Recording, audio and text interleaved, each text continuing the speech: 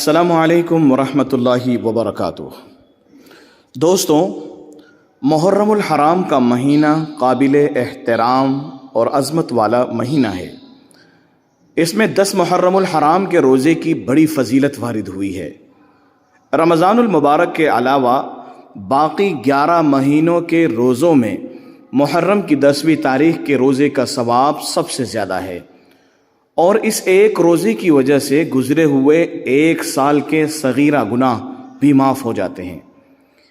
اس کے ساتھ 9ویں یا 11ویں تاریخ کا روزہ رکھنا بھی مستحب ہے۔ اور یوم عاشوراء کے علاوہ اس پورے مہینے میں بھی روزے رکھنے کی فضیلت احادیث میں وارد ہوئی ہے، اور آپ صلی اللہ علیہ وسلم نے ماہ محرم میں روزہ رکھنے کی ترغیب بھی ارشاد فرمائی ہے۔ چنانچہ حضرت ابو ہریرہ رضی اللہ تعالیٰ عنہ کی ایک روایت ہے جس میں وہ ارشاد فرماتے ہیں کہ رسول اکرم صلی اللہ علیہ وسلم نے ارشاد فرمایا، افضل ترین روزے رمضان کے بعد ماہ محرم کے ہیں، اور فرض کے بعد افضل ترین نماز رات کی نماز ہے۔ اسی طرح حضرت عبداللہ ابن عباس رضی اللہ تعالیٰ عنہما سے بھی روایت ہے کہ آپ صلی اللہ علیہ وسلم نے ارشاد فرمایا، جو شخص یوم عرفہ کا روزہ رکھے گا تو اس کے 2 سال کے صغیرہ گناہوں کا کفارہ ہو جائے گا، اور جو شخص محرم کے مہینے میں 1 روزہ رکھے گا اس کو ہر روزے کے بدلے میں 30 روزوں کا ثواب ملے گا۔ آئیے آپ کے سامنے سیدنا علی رضی اللہ تعالیٰ عنہ کی بھی ایک روایت پیش کرتے چلیں۔ حضرت نعمان بن سعد رضی اللہ تعالی عنہ حضرت علی رضی اللہ تعالی عنہ سے نقل کرتے ہیں کہ کسی نے ان سے پوچھا کہ آپ رمضان کے علاوہ مجھے کس مہینے میں روزے رکھنے کا حکم فرماتے ہیں؟ حضرت علی رضی اللہ تعالی عنہ نے ارشاد فرمایا، میں نے اس کے متعلق ایک آدمی کو رسول اللہ صلی اللہ علیہ وسلم سے سوال کرتے ہوئے سنا ہے۔ اس وقت میں آپ کی خدمت میں حاضر تھا۔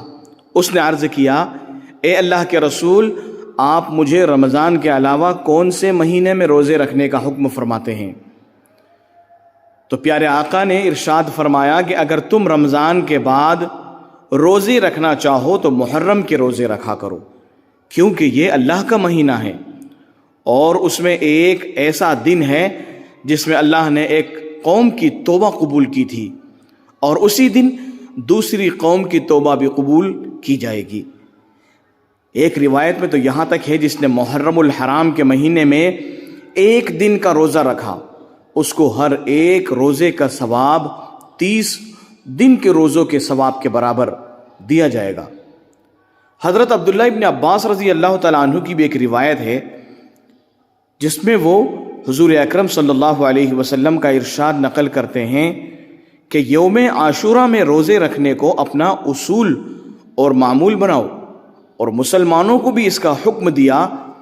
تو بعض صحابہ نے عرض کیا، اے اللہ کے رسول، اس دن کو تو یہود و نصارہ بھی بڑے دن کی حیثیت سے مناتے ہیں، گویا یہ ان کا قومی اور مذہبی شعار ہے، اور خاص اس دن ہمارے روزے رکھنے سے ان کے ساتھ تشبہ ہوتا ہے، تو کیا اس میں کوئی ایسی تبدیلی ہو سکتی ہے کہ جس کے بعد یہ تشبہ والی بات باقی نہ رہے؟ آپ صلی اللہ علیہ وسلم نے ارشاد فرمایا، انشاءاللہ آئندہ سال جب آئے گا تو ہم 9 محرم کو بھی روزہ رکھیں گے۔ لیکن حضرت عبداللہ ابن عباس فرماتے ہیں کہ آئندہ سال کے آنے سے پہلے ہی حضور اکرم صلی اللہ علیہ وسلم وفات پا گئے۔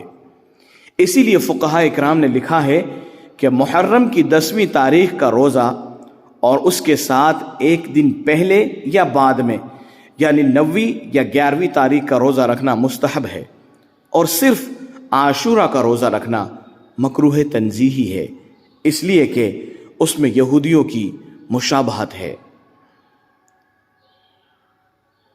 تو دوستو، ماہ محرم شروع ہے، کچھ ایام اس کے گزر چکے ہیں، عاشوراء بالکل قریب ہے، اس لیے ہم عاشوراء کا روزہ رکھنے سے 1 دن پہلے روزہ رکھیں، یا عاشوراء کا روزہ رکھنے کے 1 دن بعد کا روزہ بھی رکھ لیں، تو یہ 2 روزے ہو جائیں گے۔ اللہ تعالیٰ مجھے بھی اور آپ کو بھی عمل کی توفیق مرحمت فرمائے، آمین۔